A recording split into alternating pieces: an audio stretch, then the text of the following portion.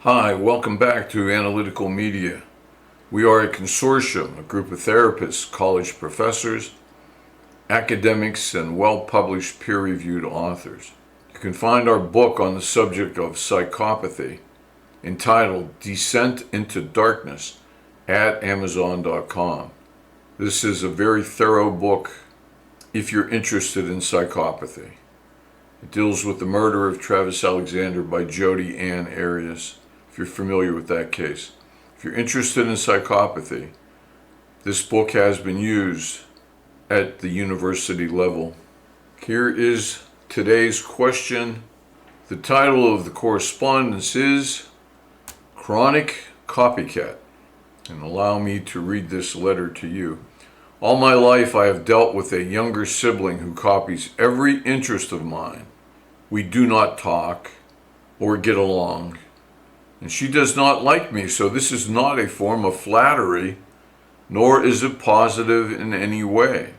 She seeks out my specific, unique interests all the time. She knows I hate it, but she does not care. She just keeps getting worse and worse. There is not one interest of hers she figured out on her own. This has been happening for over 10 years now, and I have truly had enough.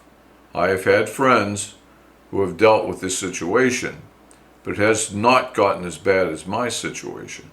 She has nothing that makes her unique. She just follows others. Zero sense of self, and it does not seem to bother her. I have searched and searched for any kind of disorder or condition this could be, but all I have found is the chronic copycat and links to personality disorders and possible sociopathic tendencies.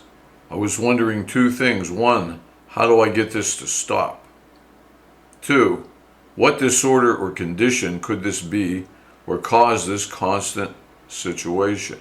Fundamental to this question, the concerns of the writer, fundamental is the idea that she feels she has a right to control the life of another human being. She feels that she has a right to stop her sister from doing this or that. She does not. Remember, you cannot control other people. You can't control what they think. Parents will learn that they're going to have great difficulty controlling their younger children. And as those children get older, as they mature a bit, it's going to be harder and harder to control them. You better teach them right from wrong, because you can't force them to do right and not do wrong later in life.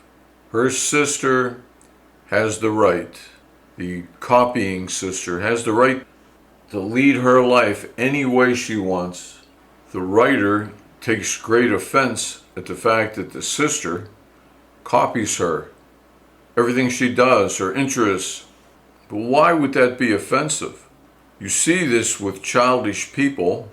You hear children complaining to their mother, "Mom, she's copying me. Mom, she's mimicking me. Make her stop."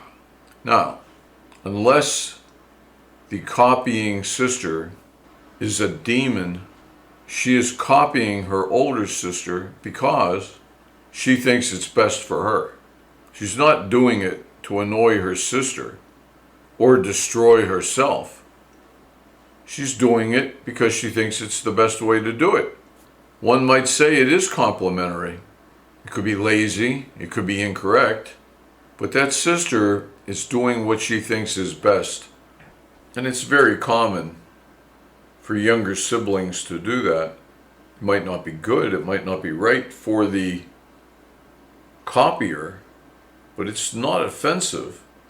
It's not meant to harm and should not harm the person being copied. So the bigger question here that one would address in therapy or counseling would be, why is the copied sister so upset? Why does it bother her so much to be copied? Is it because she's afraid of losing her identity? She's afraid that if her sister copies her, her sister will outperform in life. Whatever it is, it's not positive. It's not good. It's very childish. And the sister says, the copied sister says, the one writing the question, she has nothing that makes her unique. That's your interpretation. That's what you think is true. In reality, your sister has dozens of things that makes her unique. Even with identical twins who are formed from the same egg, the same fertilized egg splits, identical DNA. You think their personalities are identical? They're certainly not. Even with identical twins, the personalities of the two people are unique. She goes on to say, she has zero sense of self, and it does not seem to bother her. Do you feel qualified, speaking to the writer, do you feel qualified to make that determination that your sister has zero sense of self? Or even that it does not seem to bother her? Allow a professional to determine if she has a sense of self. And unless she is a demon, not a human being, but a demon, she has a sense of self. And many, many things bother her. And the writer goes on to say, I have searched and searched for any kind of disorder or condition this could be. Well, the fact that you haven't found anything means that there's probably nothing to find. What you consider a big problem with your sister and her desire to do those things that you do, you find that to be a problem. Nobody in the mental health community finds that to be a problem. Certainly, there are many, many people who are in similar situations to you. And they might be bad for the person who copies the other person, but it's not bad for the person being copied. There's no harm coming to you. You're unique. Are you afraid you're not? Just because you like riding horses and your sister likes riding horses, it doesn't mean that people are going to confuse you. You're unique. You are unique. And nothing is going to change that. Even if you came from the same fertilized egg, you'd still be unique. I had a client once who had identical twin daughters. And in fact, I had them at times in my classroom. They would be there together. One of them was in a nationally recognized magazine in a photo shoot, and the other one was not. They were identical in appearance, of course, but they were very different in personalities. The one that was into the photo shoots, she was more extraneous in her thoughts and behaviors, and the other sister, she was more introverted. Her behaviors were more intrinsic. She was into art and had gone to art school. And what's so interesting about this is I had the mother in the class. She took the class with the daughter who had been in the photo shoot. Now, what's really, really fascinating, and the first time I heard it, I was very impressed by this. She referred to her two daughters. The one that was into art, she referred to her as the plain daughter, and the other daughter she referred to as the pretty daughter. Instead of calling them by name, she would say, well, my plain daughter and my pretty daughter. They were identical, but to her, one was plain and one was pretty. Physically, they were identical. You put the same amount of makeup on the same way, same clothes, same hairstyle, you'd never tell these people apart. One certainly is not the pretty one and the other one plain. But their personalities were so different that the mother referred to them that way. So, these two sisters who are not twins, certainly not identical twins, they are unique. Now, the writer goes on to say, I have found links to personality disorders and possibly sociopathic tendencies. That is some good research. The writer is engaging in good research. It could be a sign of possible sociopathic tendencies. I'm sure that it isn't, because I'm sure she's wrong. And it's wrong to, when she's talking about mimicking behavior, it could be a sociopathic tendency or psychopathic tendency, the same thing. Because the psychopath or the sociopath has no real emotions of no empathy. Any emotion that relies on empathy, they don't have. They don't know what you're feeling. They know how badly you're hurt because your father just died. They have no idea. You have no idea how much you hurt because someone broke up with you, how your heart feels. They have no idea. And so they do mimic other people so that they pass as normal. They can pass as perhaps human. However, it's not what we're talking about here. We're not talking about that. We're talking about her sister copying her behaviors. So it's a mistake. And then she says, I was wondering two things. How do I get this to stop? And what disorder or condition could this be or cause this constant situation? Probably what's causing this is it is a younger sister who does look up to the older sister, thinks she's cool, aspires to be her, does a lot of the same things. The younger sister will mature and find her own way and be her own person. It's absolutely guaranteed. So that could be what stops it. And what disorder or condition could this be? It is no disorder and no condition.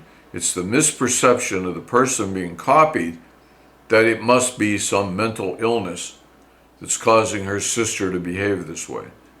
You know, earlier she said, my sister doesn't like me, so this could not possibly be a form of flattery or positive in any way. And you yourself have heard, that being copied is a form of flattery. And it is. Saying I like that so much, I'm going to do it myself. You did it, it was so great, it looks so good, I'm going to do it myself, I'm going to copy you. And that's true. It is a form of flattery in almost every case.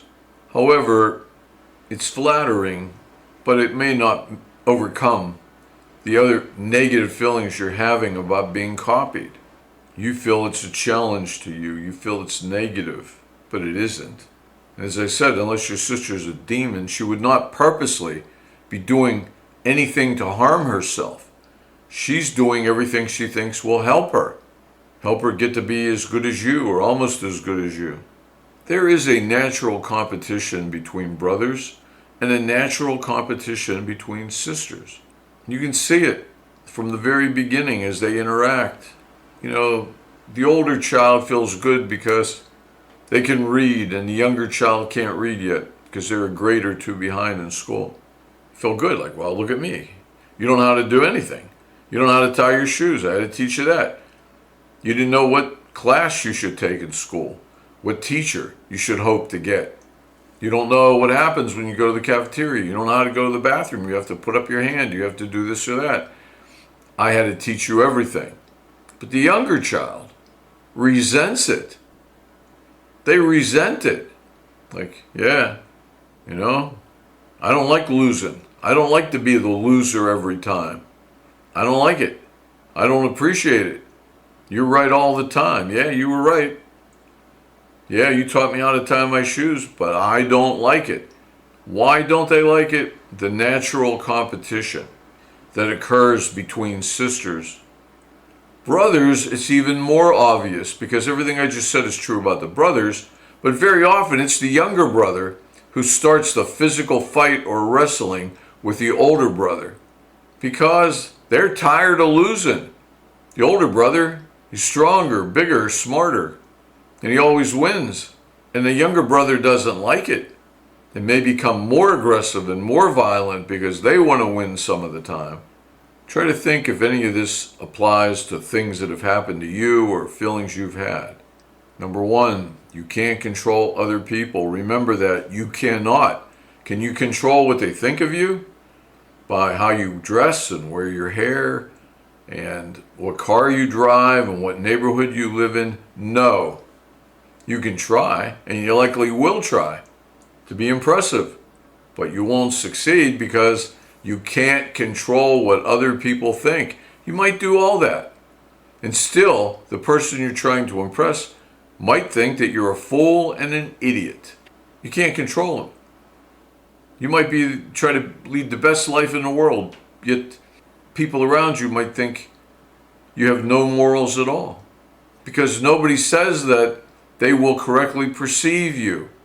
You are a good person and you are moral. You strive to be that way. But that doesn't mean that people around you will see you as anything other than a crook and a charlatan. So you can't control what other people think. And you certainly cannot control the behavior of other people. As those children get to be 17, 18, 19, 20, 22, you parents will find out you have almost no control. They're individuals, they're growing up, they're making their own decisions, they're leading their own life, they're finding their own way, which is critically important. You mothers out there, so you got your daughter and she's 10, 11, 12. It happens different times with different girls. And since she's been 5, 6, 7, she's always gone shopping with you, with the mother. And you go shopping and you take her out and you see what she looks like and you tell her, oh, you don't look good in that. You look really good in that. Oh, you look perfect in that. And she looks at you and says, yeah, you like it. Good. I want it. Because the mother is her loop, her feedback. And mothers like that. They feel important. They feel powerful. But then at a certain age, and it might be 11 and it might be 12 or it might be 14, but that's getting a little old. She won't care anymore what the mother thinks. She'll care about what her friends think. And that's the truth. She'll buy something and she'll want to show it to Heather or Melissa right away so Melissa can give her feedback. And you might say, oh, I think you look great in it, but Melissa says, no, your eyes don't look right in that color. And she takes the clothing back to the store. You've lost that control. You've lost that power. But that's good, not bad. As those children mature, the job of the parents is to switch from being parents to being friends. Now it's time to befriend them, to be their best friend in life. But they don't need a mother anymore telling them right from wrong. They might need a friend to advise them, but they don't want to be told what to do. And I hope you can appreciate that. You might resent it when your mother tells you what to do at 22, 32, 42, 52. You can be a friend. You can advise and you can guide, but you can't control them. It just doesn't work. They don't want it. You don't want to be controlled. If you want to do something, you don't want your mother telling you no. When you're 22, 24, 32, 44, you don't want your mother telling you no. And some mothers do, and some mothers punish. They won't talk to you anymore. They won't go to your children's play at school because you didn't do what they told you. I hope this makes sense to a lot of you out there. I hope you can see the truth in it. You can relate to it yourself. This is Analytical Media. If you like this, click on like, certainly subscribe. And until we post again, take care and Godspeed.